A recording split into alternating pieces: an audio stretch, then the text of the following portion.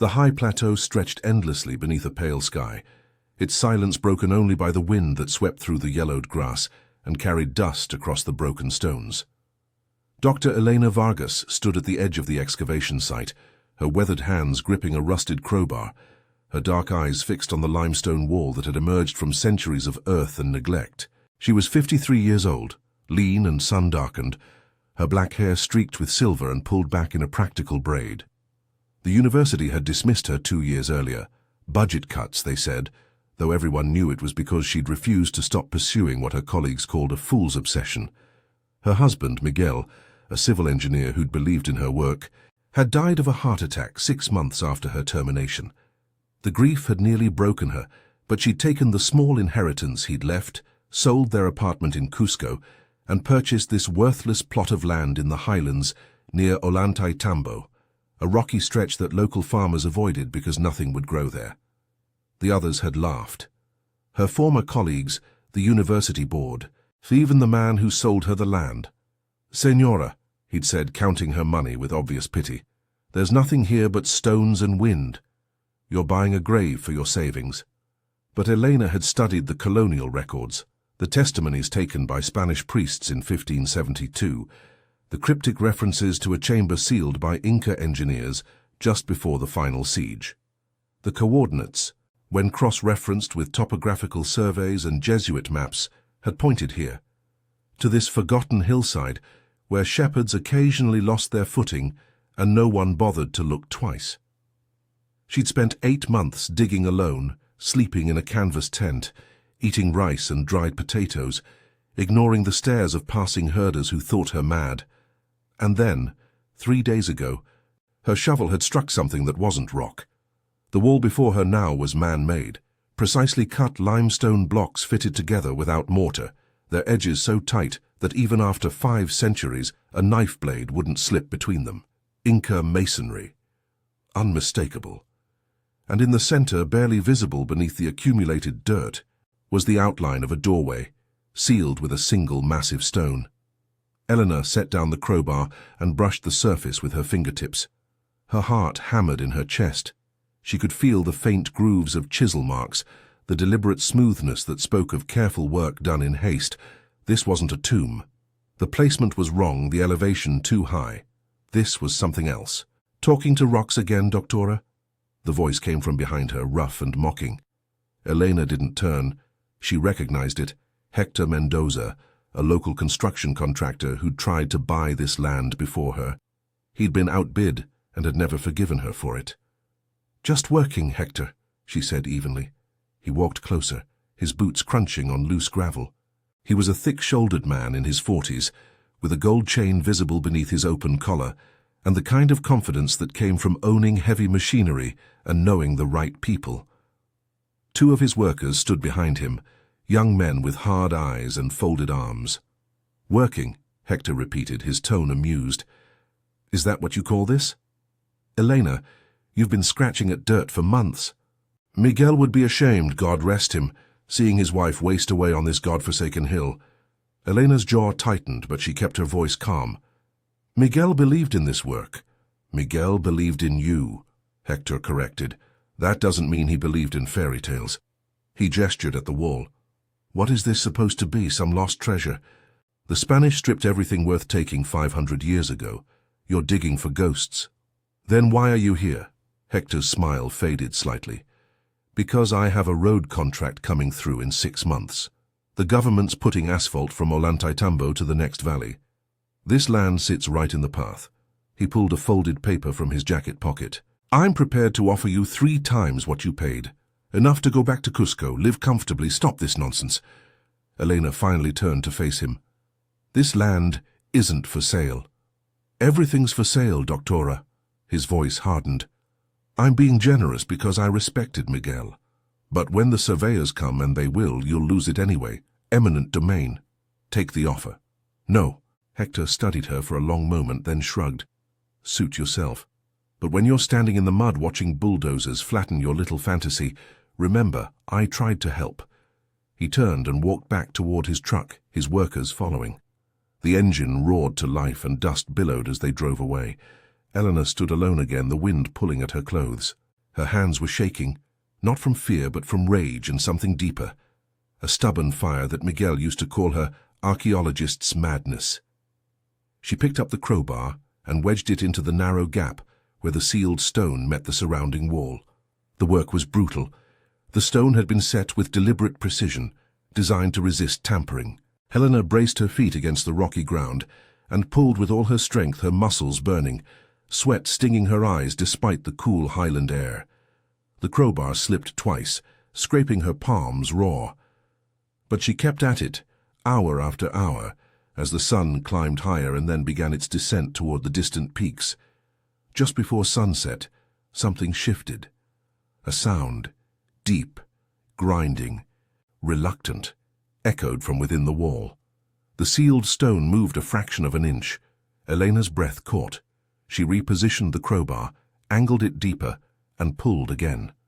The stone scraped outward, dust cascading from the edges. Another pull, another inch. The gap widened, revealing darkness beyond. Elena dropped the crowbar and grabbed her flashlight. Her hands trembled as she clicked it on and aimed the beam through the opening. The light fell on worked stone, a narrow passage descending into shadow.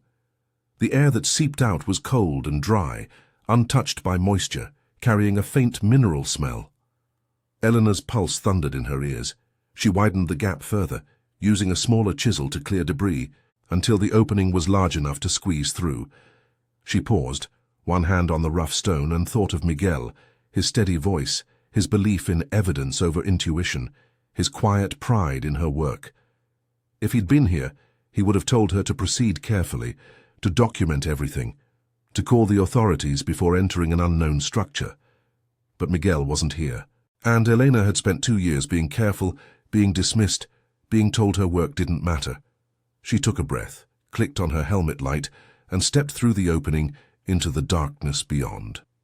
Chapter 2. The Hidden Archive. The passage was tight, barely wide enough for her shoulders, the walls pressing close on either side. Eleanor moved slowly, her boots finding purchase on steps carved directly into the bedrock. The beam of her helmet light swept across surfaces that had known no sun for half a millennium, clean cuts, deliberate angles, the unmistakable signature of Inca engineering. The air grew colder as she descended. 20 steps, 30. The passage began to level out, widening slightly, and then opened into a chamber. Eleanor stopped at the threshold, her breath visible in the beam of her light. The space before her was roughly circular, perhaps 15 feet across, with a domed ceiling that rose to a central point. But what made her heart skip wasn't the architecture. It was what filled the room. Wooden shelves lined the walls, their surfaces grey with age, but structurally intact, preserved by the dry, stable environment. And on those shelves, arranged with meticulous care, were objects that gleamed dully in her light: ceramic vessels painted with geometric patterns, small figurines carved from stone and precious metals, woven textiles folded and stacked, and something that made Elena's throat tighten: quipu, the knotted cord records of the Inca, dozens of them hanging from wooden pegs, their complex patterns of knots and colors still visible. But it was the center of the room that held her attention. A stone platform, waist-high, supported a collection of objects arranged in deliberate order. Gold discs, each the size of a dinner plate, their surfaces engraved with solar imagery. Silver figurines representing llamas, condors, and human forms. And at the very center, a ceremonial cup, a kiro, made of gold inlaid with turquoise and shell, its craftsmanship so fine that even in the dim light it seemed to glow with an inner warmth. Elena approached slowly, afraid that a misstep might disturb the careful arrangement. Her trained eye catalogued everything. The placement suggested ritual significance, the objects represented both religious and administrative authority, and the quipu. Those were records, possibly tribute accounts or astronomical calculations or historical narratives encoded in knots that only specially trained Inca officials could read. This wasn't a treasury hidden from Spanish looters. This was an archive, a deliberate preservation of knowledge and sacred objects, sealed away when the empire fell, meant to survive until a time when the world might be ready to remember. Eleanor's hands hovered over the gold cup, but didn't touch it. Her training screamed at her to photograph everything, to map the positions, to call in a team.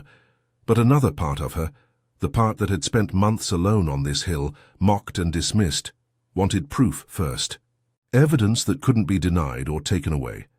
She pulled out her phone and began photographing, the camera flash illuminating the chamber in stark bursts of light. Each image captured another detail, the painted ceramics with their distinctive Cusco polychrome style, the intact textiles showing weaving techniques that modern scholars had only theorized about, the quipu with their complex knot patterns that represented an entire writing system the Spanish had tried to erase. She was so absorbed in documentation that she almost didn't hear the sound from above, the scrape of boots on stone, voices echoing down the passage. Elena's head snapped up. Her light caught movement at the chamber entrance. 3 figures descended into the space, their flashlights cutting through the darkness. Hector Mendoza led them, his face split by a grin that made Elena's stomach turn. "Well," he said, his voice bouncing off the stone walls, "looks like the doctora found something after all." Elena stepped between him and the platform. "Get out, this is an archaeological site. You're contaminating." "Contaminating?" Hector laughed, a harsh sound. "Elena, do you have any idea what you're standing in front of? That's not history, that's retirement."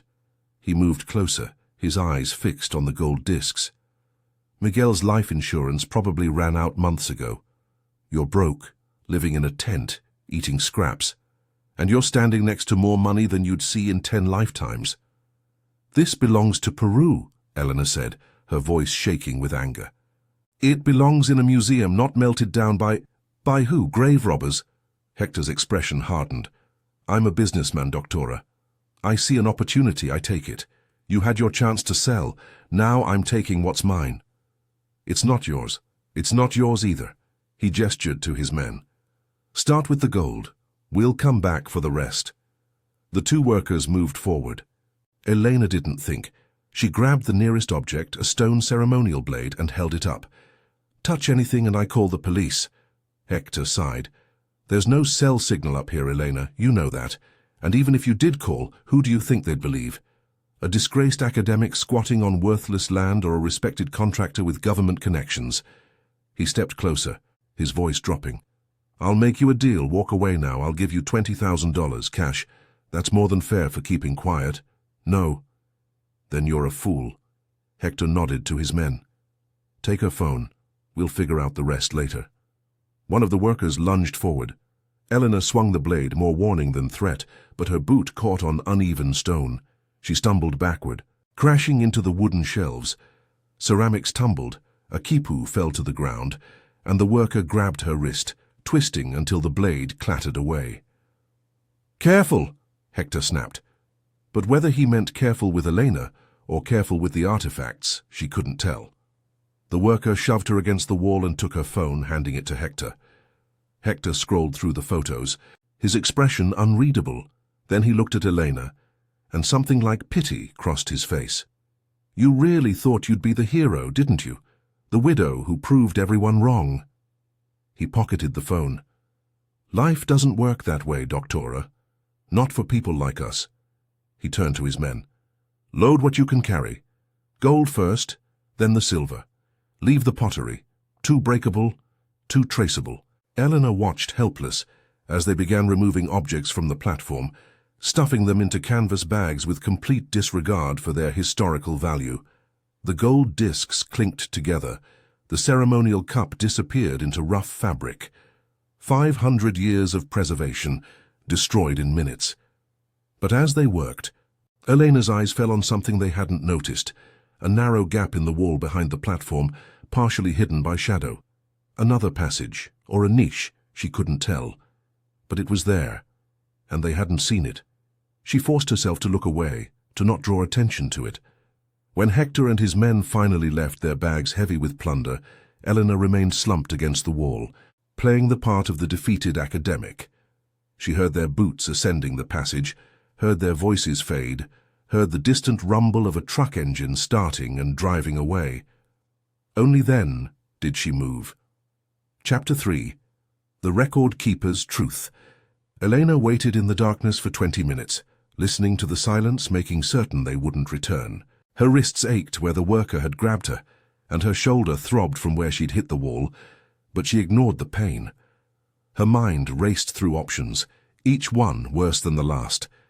Hector had her phone, her documentation, her proof. By tomorrow, the gold would be melted down or sold through black market channels that specialized in looted artifacts. The police wouldn't believe her without evidence, and even if they did, Hector's connections ran deep.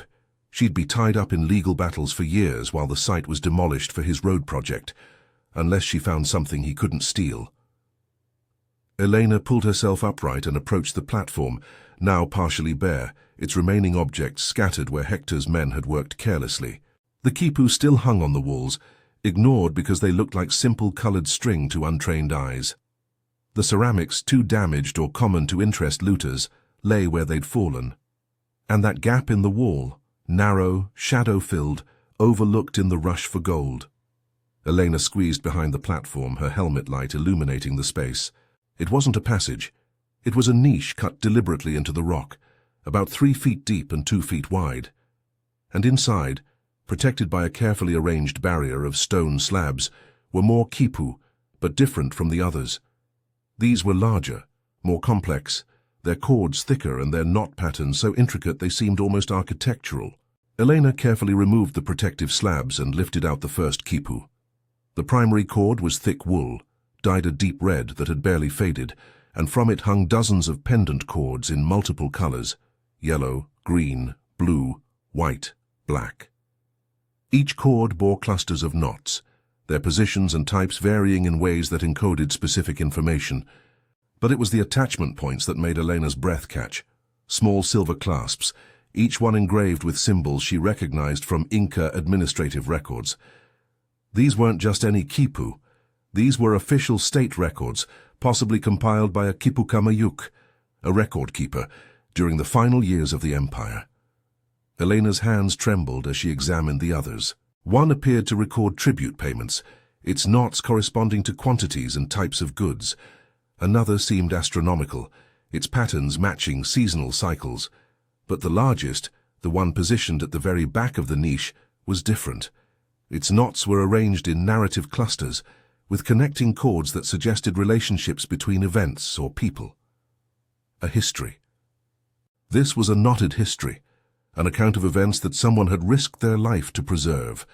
Elena knew that decoding quipu required specialized knowledge, years of study comparing surviving examples with Spanish colonial accounts that described their contents. She wasn't an expert in quipu interpretation. Her field was ceramic analysis and site stratigraphy, but she knew people who were, scholars at universities in Lima and abroad, who'd spent careers trying to crack the code of these remarkable records. If she could get these quipu to them, if she could prove their provenance and importance, the academic world would have to take notice. The site would be protected. Hector's road would be rerouted, and perhaps, just perhaps, Miguel's belief in her wouldn't have been wasted. But first, she had to get them out. Elena carefully wrapped each quipu in cloth she tore from her own shirt, creating protective bundles. She placed them in her backpack along with her notebook, camera, and the few tools she'd brought down. The weight was substantial but manageable. She took one last look at the chamber, at the remaining ceramics, the empty platform, the violated space that had once been pristine, and felt rage surge through her again. She climbed back up the passage, emerging into darkness. Night had fallen while she'd been below, the highland sky ablaze with stars so bright they cast faint shadows. Elena's tent stood where she'd left it, a pale shape in the starlight. She went to it, moving quickly now, and began packing her essential gear. Sleeping bag, water purification tablets, dried food, a change of clothes. She couldn't stay here. Hector would return, either to finish looting the chamber or to ensure she hadn't kept any evidence. She needed to reach Ollantaytambo, 14 kilometers down the rough track, where she could catch a bus to Cusco. From there, she'd contact Dr. Carmen Ruiz at the National University, an ethnohistorian who specialized in quipu studies and who'd always treated Elena with respect, even after her dismissal. Elena shouldered her pack, now heavy with the quipu and her survival gear, and started walking. The track was barely visible in the starlight, a winding path that threaded between rocky outcrops and across stretches of open grassland. Elena kept a steady pace, her boots finding purchase on familiar ground. She'd walked this route dozens of times during her months on the site, bringing supplies up from town, but never at night, and never with the weight of 500 years pressing against her spine. 2 hours into the walk, she heard the sound of an engine behind her. Elena's heart lurched. She looked back and saw headlights bouncing along the track, still distant but closing fast. There was nowhere to hide on this open slope, no trees or buildings, just rocks and grass and the endless highland expanse. She increased her pace, half running now, but the vehicle was faster. The truck pulled alongside her, its brakes squealing. The passenger window rolled down and Hector's face appeared, backlit by the dashboard lights. Going somewhere. Doctora. Elena kept walking. The truck crawled forward, matching her speed. I told my men you'd try something, Hector continued, his voice conversational. You're stubborn. Miguel used to say that about you, said it was your best and worst quality. He paused. What's in the backpack, Elena? None of your business. Everything on that site is my business now. The truck stopped. Hector got out, blocking her path. His 2 workers emerged from the vehicle behind him, their faces hard in the headlights. I didn't want it to be like this. I really didn't. But you're making this difficult. Elena took a step back. You stole sacred objects. You violated a protected archaeological site. That's a felony under Peruvian law. Is it? Hector spread his hands. Where's your proof? Your phone is at the bottom of a ravine. The chamber will be sealed by morning. My men are already moving rock to cover the entrance. And you, a disgraced academic with known mental health issues following your husband's death, will be just another sad story about someone who couldn't let go. The casual cruelty of it hit Elena like a physical blow. Hector had thought this through. He'd planned for every contingency. Last chance, and he said, his voice dropping, give me the backpack, take the money and walk away. Or we take it and you don't walk anywhere. Elena's mind raced. 3 against 1, kilometers from help, no witnesses. But then her hand found the strap of her backpack, and she thought of Miguel, of his quiet insistence that truth mattered, that evidence spoke louder than threats. No, she said. Hector sighed and nodded to his men. Elena ran. She veered off the track, heading downslope toward a cluster of rocks she'd noticed earlier. Behind her she heard cursing, boots pounding, the workers giving chase. The terrain was treacherous in the darkness, loose stones and hidden dips, but Elena knew these highlands, had spent months learning their rhythms and dangers. She reached the rocks and scrambled between them, finding a narrow gap that led to a shallow depression on the far side. She pressed herself flat against the stone, breathing hard, listening to the men search above her. Their flashlights swept past, voices arguing about which direction she'd gone. Forget her, Hector called out. She can't make it to town before morning. We'll catch her on the road. The footsteps retreated. The truck engine started again. Elena waited, counting heartbeats, until the sound faded into distance. Then she emerged from hiding and continued downslope, avoiding the track now, picking her way across open country toward the distant lights of Ollantaytambo, carrying the last unbroken record of an empire that had refused to be forgotten. Chapter 4. The Vindication. Elena reached Ollantaytambo at dawn, her legs trembling with exhaustion, her clothes torn from scrambling through brush in the darkness. The town was just waking, smoke rising from breakfast fires, the first buses rumbling into the plaza. She went directly to the small police station, a concrete building with a faded Peruvian flag hanging outside. The officer on duty, a young man named Santos, who'd sometimes visited her site out of boredom, looked up in surprise as she entered. Doctora Vargas, are you all right? Elena set her backpack carefully on his desk. I need to report a crime. Theft of archaeological artifacts, destruction of a protected site, and attempted assault. Santos's expression shifted from concern to skepticism. That's serious. Who are you accusing? Hector Mendoza. The young officer's face went carefully blank. Senor Mendoza is a respected businessman. He has contracts with— I know who he has contracts with, Elena interrupted. That doesn't change what he did. She opened her backpack and carefully removed one of the wrapped quipu bundles. This is a 500-year-old Inca record preserved in a sealed chamber on my land. There were dozens of artifacts: gold, silver, ceramics. Mendoza stole them last night. I have photographs. Where are these photographs? He took my phone. Santos sat back in his chair. Doctora, with respect, you're claiming that Senor Mendoza broke into your site, stole valuable artifacts, took your phone, and you have no proof except... He gestured at the quipu. Some old rope. Eleanor felt the familiar frustration rising, the same dismissal she'd faced at the university, at every professional gathering where her work was questioned.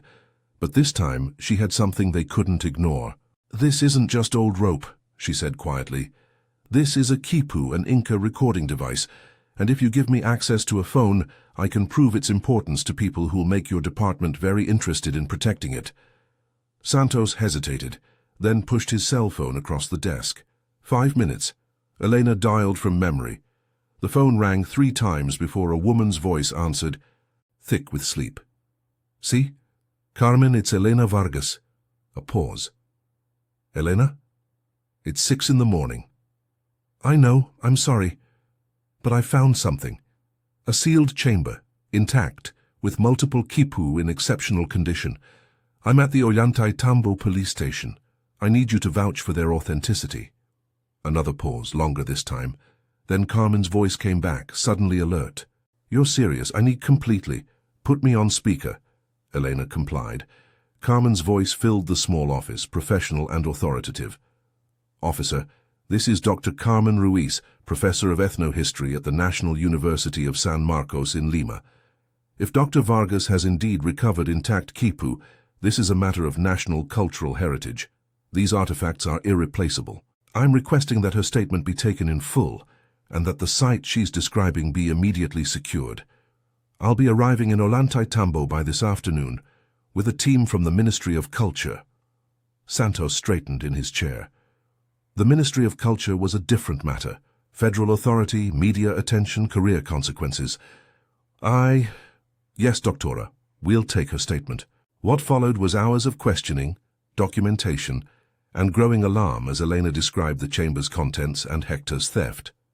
Santos called his superior, who called the regional office, who called Lima. By midday, 2 more officers had arrived, along with a representative from the Ministry of Culture, a severe woman named Patricia Flores, who examined the quipu Elena had saved with an expression of barely controlled excitement. These are authentic, Flores said, her voice tight. Late imperial period, possibly from the 1560s or 70s. The preservation is remarkable. She looked at Elena.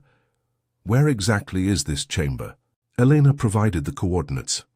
Flores made a call, spoke rapidly in technical terms, then turned back. We're dispatching a team immediately, and we're detaining Senor Mendoza for questioning. He'll deny everything, Elena said. He took my phone, the only photos I had. Flores smiled thinly. Doctora, you may have lost your photographs, but you walked out with something much more valuable, primary sources that corroborate your account. And if this Mendoza has indeed looted the site, we'll find evidence. Looters are rarely as careful as they think. They were back at Elena's land by evening.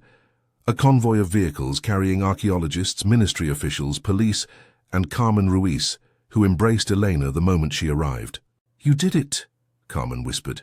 You actually did it. The site was exactly as Elena had left it, her tent still standing, the exposed wall with its half-open doorway visible in the late afternoon light. But there was also fresh disturbance, piles of rock and earth where Hector's men had attempted to cover the entrance. The covering was incomplete, abandoned in haste. Patricia Flores directed the team with military precision. Lights were set up. Photographers documented everything. And when they finally entered the chamber, the collective gasp was audible even from outside. Despite the looting, enough remained to confirm Elena's account. The empty platform showed clear marks where objects had been removed. Ceramics lay scattered, some broken, fingerprints visible on dusty surfaces, and the quipu that remained on the walls were catalogued with reverent care. But it was what they found in the second sweep that sealed Hector's fate.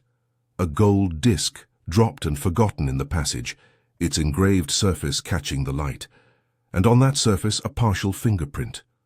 Hector Mendoza was arrested that night at his home in Cusco. The search of his property turned up the canvas bags, still containing stolen artifacts he'd not yet had time to move.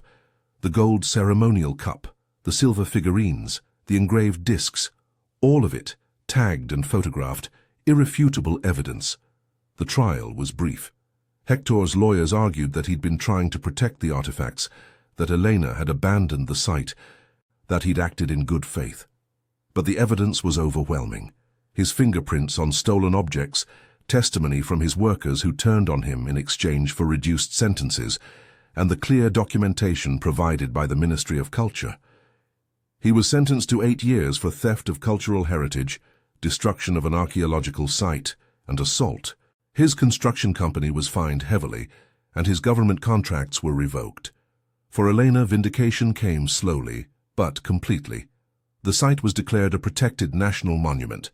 The Ministry of Culture funded a proper excavation, and Elena was named lead archaeologist. Carmen Ruiz led the analysis of the quipu, discovering that the largest one Elena had saved was indeed a narrative history, an account of the last years of Inca resistance, recorded by a quipu Kamayuk who'd sealed the chamber with his own hands before fleeing the Spanish advance.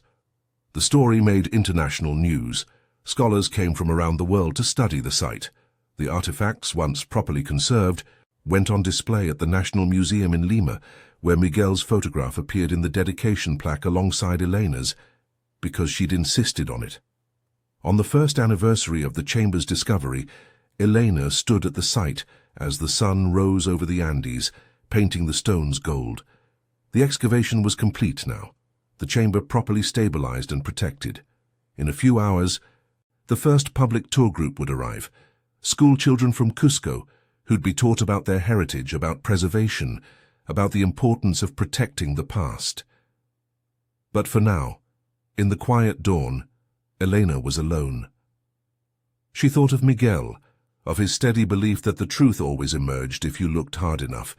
She thought of the quipu Kamayuk who'd sealed this chamber, trusting that someday, somehow someone would find it and understand. And she thought of Hector's words in the chamber that night. Life doesn't work that way, not for people like us. He'd been wrong. Elena knelt and placed her hand on the ancient stone, feeling the morning warmth seeping into the rock.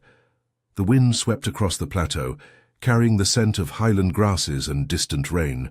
"We did it, Miguel," she whispered. And in the rising light, surrounded by stones that had waited 500 years to tell their story, Elena Vargas finally allowed herself to smile.